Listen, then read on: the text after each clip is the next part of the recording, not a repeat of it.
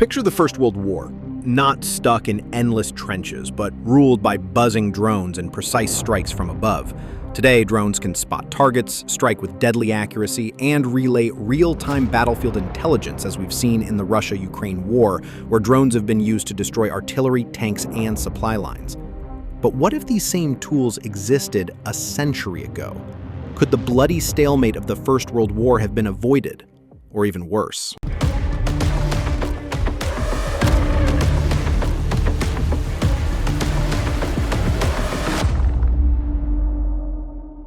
The First World War was one of the deadliest conflicts in history.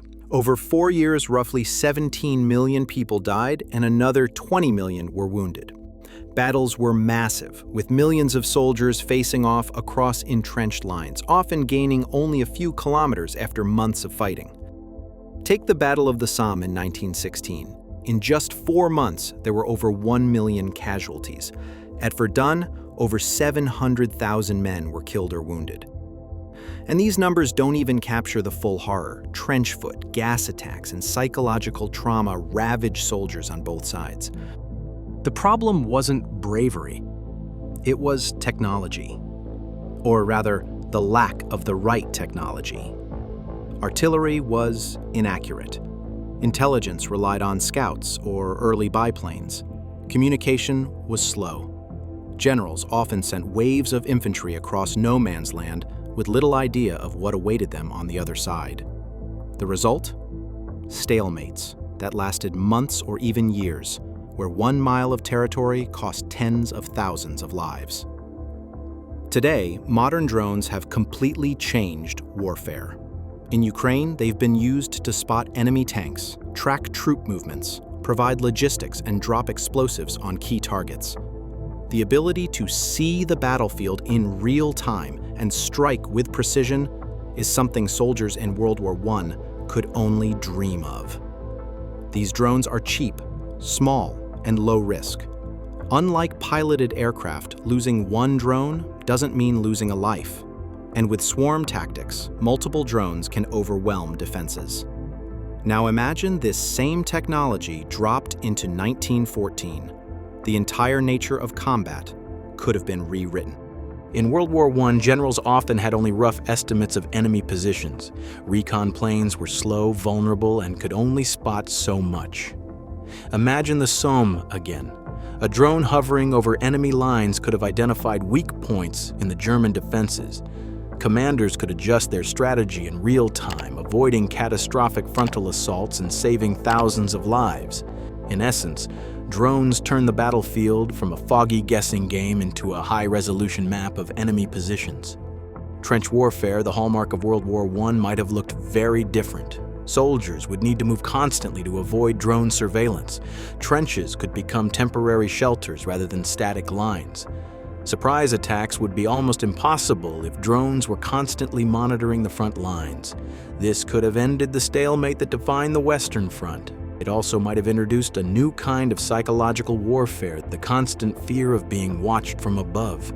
Soldiers might not have been slaughtered in mass frontal assaults, but the sky would become a new and terrifying battlefield. Of course, drones wouldn't be unstoppable. Just like today, anti-drone defenses would emerge. In 1914, this might have meant using anti-aircraft guns, nets, or early experimental countermeasures. A new arms race would have started. Drones reduce the need for mass human assaults, but they concentrate destruction on critical points. So, while fewer lives might be lost overall, each strike could be deadlier and more strategically significant. But there's a paradox. Technology can save lives, but it also intensifies the scale of destruction in specific areas. Cities, supply depots, and key infrastructure could have been wiped out faster. The Russia-Ukraine war drags on despite drones and advanced intelligence.